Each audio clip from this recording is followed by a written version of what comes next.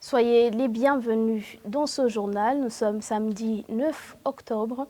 En actualité, 4 jours après la date butoir du délai de grâce, où en est-on avec la mise en application de la mesure de démolition des constructions anarchiques. La télévision Isanganiro s'est rendue en commune Nahangwa. Vous aurez les détails. Cela fait plus d'un mois que les habitants de la zone Chibitoke, nous sommes en mairie de Bujumbura, n'ont pas d'eau potable. Cette population déplore cette situation qu'elle juge accablante. En international, le sommet France-Afrique continue. Ce vendredi, le président français a reçu de jeunes Africains dans un débat et ces derniers n'ont pas mâché leurs mots, comme vous allez le voir tout à l'heure.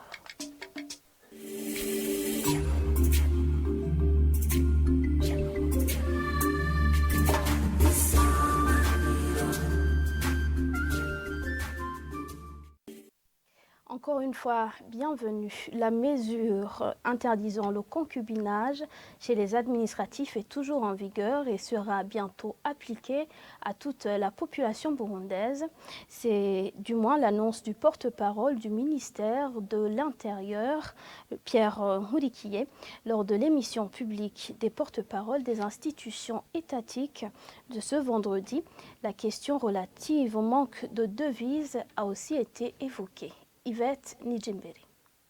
Répondant à la question relative au manque de devises, le porte-parole du ministère des Finances, Larissa Dushime, commence par expliquer la collecte et l'utilisation de devises au Burundi. Larissa Dushime pose une solution pour avoir des devises. Aujourd'hui, nous avons peu d'exportations et nous avons peu de devises. Et cet argent est pour acheter les nécessités que le pays a besoin. C'est pourquoi vous entendez qu'il n'y a pas de devise. Mais cette question ici, dans notre pays, a une solution. Nous sommes appelés à augmenter la production. À elle a été aussi posée la question de savoir le plus-value de la fermeture des bureaux de change sur la disponibilité de devises au Burundi. Larissa Dushime indique que cela figure dans les responsabilités du gouvernement. Le fait que le gouvernement a pris la décision de fermer les bureaux de change, c'est sa responsabilité. Je dirais que c'est une décision qui vient parce que dans le fonctionnement de ces bureaux, c'est marqué quelques irrégularités. Aujourd'hui, la mesure qui est en vigueur, c'est que ces bureaux ne fonctionnent pas. Si ces changeurs continuent à travailler, ils seront sanctionnés.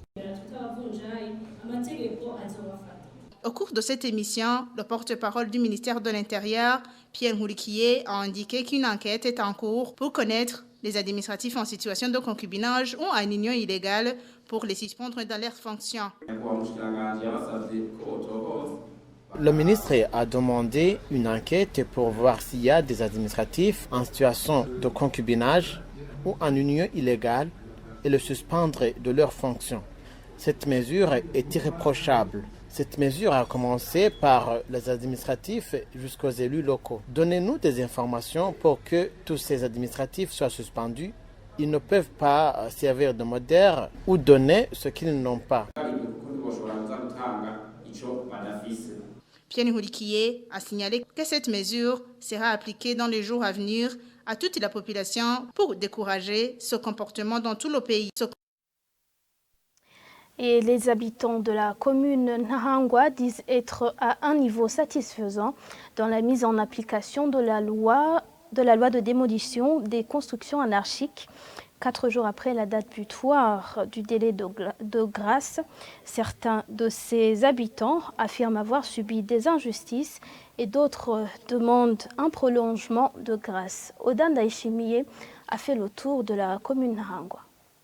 Là où nous sommes passés, en zone Chibitoke, Ngagara et Mutakura, de la commune Nahangwa, une grande partie de la population est en train de mettre en application la mesure de démolition des constructions anarchiques. Les autres sont à l'étape de construction. D'autres, enfin, ont déjà terminé la mise en application de cette mesure. La population de cette commune annonce que cette mesure a été respectée. La mesure a été respectée. Ce qui reste, c'est que tout le monde attend.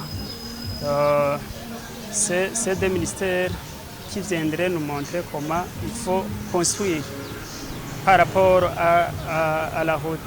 Néanmoins, certains habitants disent avoir subi une perte sur les dimensions initiales de leurs parcelles acquises légalement. Nous avons chez nous une parcelle de 20 mètres sur 20 mètres, c'est-à-dire 4A. Bon, pour le moment, nous avons 3 mètres, nous avons reculé 3 mètres. Pour nous, je dirais que c'est une perte. Parce que puisque la parcelle reste inférieure à celle que nous avions avant. Ils demandent l'intervention de l'État afin qu'il leur envoie des spécialistes pour résoudre ce problème. Nous demandons à l'État de nous envoyer les spécialistes, les gens du ministère, de venir ici nous montrer comment le travail devrait être fait normalement, dans les conditions normales. Cette population demande également à l'État de leur accorder, si possible, un autre délai de grâce. Si le président de la République trouve qu'il est bon de nous accorder un autre délai de grâce, il est notre père. Il peut le faire par sa propre volonté, car il sait que nous ne sommes pas tous égaux. Cela est ainsi au moment où le délai de grâce de 2 semaines bénéficié par la mairie de Bujumbura est épuisé depuis 3 jours. Merci Oda pour ce reportage. Et il s'observe un manque criant d'eau potable en zone Chibitoke. Nous sommes en mairie de Bujumbura. La population déplore que cela fait plus d'1 mois que cette situation perdure et demande à la régie des eaux de régler ce problème dans les plus brefs délais. Raïssa Liliane Inamahoro a fait le constat. Reportage. Arrivé dans la zone Chibitoke de la commune Nahangwa, il s'observe un mouvement de la population allant à la recherche de l'eau. Les uns sur les vélos, d'autres sur des motos et d'autres encore avec des seaux et bidons d'eau sur la tête ou dans les mains. Cette population qui vient de passer plus d'1 mois sans eau potable dénonce les conditions difficiles pour y avoir accès. Nous puisons dans la rivière Nyabagere à cause du manque d'eau de la régie des eaux. Nous pouvons passer tout 1 mois sans eau. Nous n'avons pas alors d'autre choix que de puiser dans la Nyabagere. Une longue distance et des heures avancées peuvent les exposer à l'insécurité. Elle demande à la régie des eaux de venir réparer le matériel endommagé dans les plus brefs délais. Nous demandons à la régie des eaux de venir réparer le tuyau qu'on dit avoir été endommagé pour que nous puissions avoir de l'eau. La situation s'empire. Nous achetons un bidon d'eau à 100 francs à Kamenge à ceux qui ont de l'eau, où nous allons puiser à Kavumu dans la zone Kamenge. Là, on y trouve beaucoup de gens. Nous puisons jusqu'à 23 heures. Imaginez un enfant qui va puiser à Kavumu en passant par la rivière Nyabagere vers 22 heures, 23 heures. Il peut avoir des problèmes. À côté de cela, le risque de contracter des maladies de mains sales s'accentue. Il parle aussi de la pandémie du coronavirus. Nous sommes vraiment fatigués. Nous demandons à l'État de résoudre le problème d'eau, car sinon, les maladies s'accentuent à cause du manque d'eau. À la régie des eaux également, nous lui demandons de venir faire le constat pour que la population ne continue pas à souffrir et pour que la pandémie de coronavirus ne continue pas à se répandre. Vers midi, un gros tuyau de la régie des eaux qui va jusqu'à la rivière Nyabagere, à la frontière de Chibitoke et Ngagara, a déversé de l'eau. Personne n'a su sa provenance, mais plusieurs habitants de la zone Chibitoke s'y sont précipités massivement pour s'approvisionner en eau. Un tour à Montpellier avant de clore cette édition.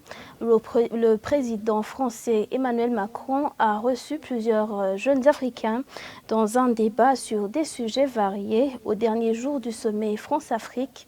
Ces jeunes n'ont pas visiblement mâché leurs mots dans ce débat qui a visiblement bouleversé Emmanuel Macron. Les détails avec nos confrères de France 24.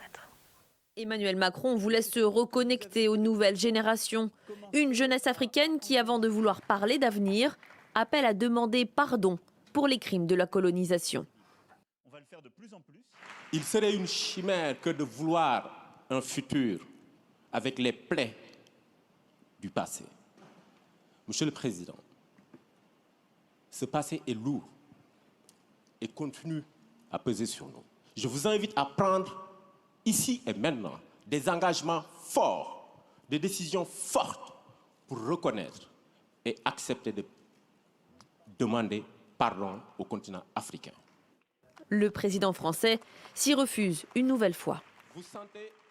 Le pardon, ça voudrait dire qu'en quelque sorte, je voudrais me délier.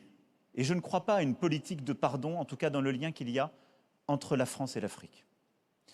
Je crois à une politique de reconnaissance. Les échanges sont sans concession. Le chef de l'État ne s'attendait sans doute pas à être autant bousculé, comme lorsqu'une jeune Malienne lui reproche sa politique au Sahel. Arrêtez ces discours paternalistes, dire que nous allons vous aider, nous allons... Non, nous n'avons pas besoin d'aide, nous avons besoin de coopération, nous avons besoin de partenariat. Et nous sommes liés par l'histoire, mais nous sommes liés par les enjeux, nous sommes liés par les défis.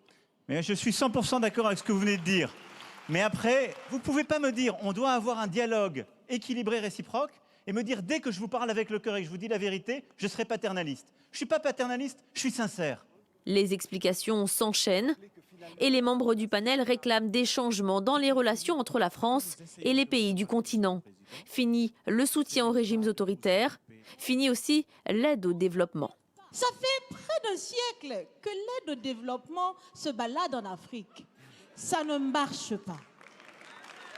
Emmanuel Macron en convient, il s'agira désormais d'investissement. Le président français annonce dans la foulée la création d'un fonds d'innovation pour la démocratie en Afrique.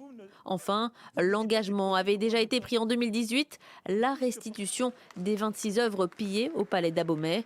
Elles seront rendues au Bénin à la fin du mois d'octobre. Et voilà, c'est tout comme actualité de ce soir. Merci à tous d'être fidèles à la télévision Isanganiro. À très bientôt.